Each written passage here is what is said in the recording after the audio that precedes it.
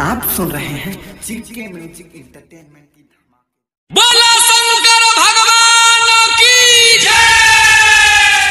कैसे जलावा चढ़ाई बहो, कैसे जलावा चढ़ाई कंचन राज हाजीपुर वैशाली। कैसे जलावा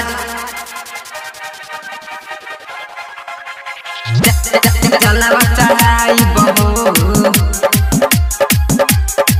कैसे जलावा चढ़ाई बहो। भूखे पिया से बनी देह खराता, सुइया पहाड़िया पर चढ़लो न जाता। भूखे पिया से बनी देह खराता, सुइया पहाड़िया पर चढ़लो न जाता।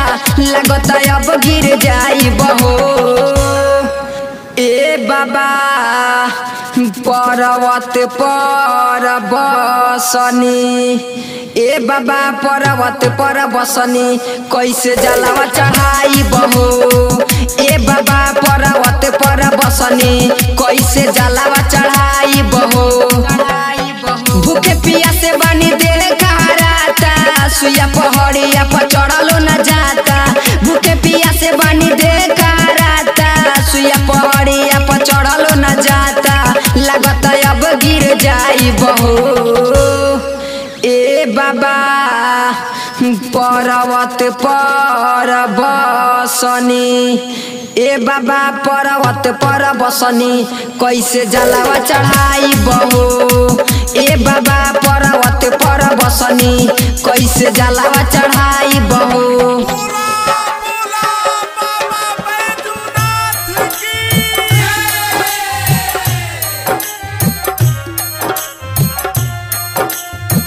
कैसे जलावा चढ़ाई बहो, जलावा चढ़ाई बहो।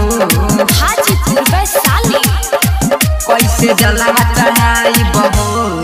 कान्हे ले के कमर चलतानी हम डगर, कान्हे ले के कमर चलतानी हम डगर। दर्द करतावे हमरो बदन, बाबा करेले पुकार सुनी बिनती हमारे। कैसे रउआ से होई दर्शन।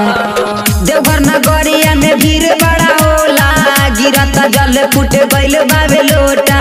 देवघर नगरिया में भीड़ बड़ा होला, गिरता जल फूट गइल बावे लोटा। दोसर हम कहाँ से लाई बहो। ए बाबा पर्वत पर बसनी, ए बाबा पर्वत पर बसनी, कैसे जलावा चढ़ाई बहो। ए बाबा पर्वत पर बसनी, कैसे जलावा चढ़ाई बहो। चढ़ाई बहो।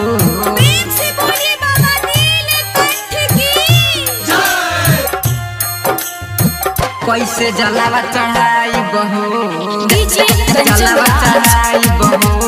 हाजीपुर वैशाली।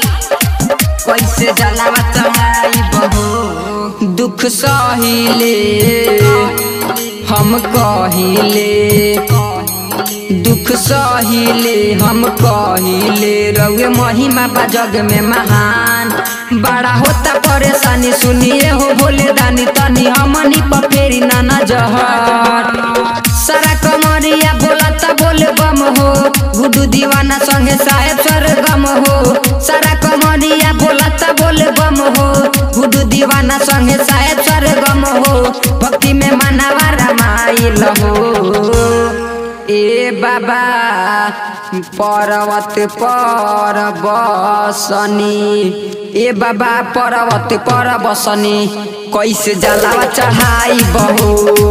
ए बाबा पर्वत पर बसनी, कैसे जलावा चढ़ाई बहो।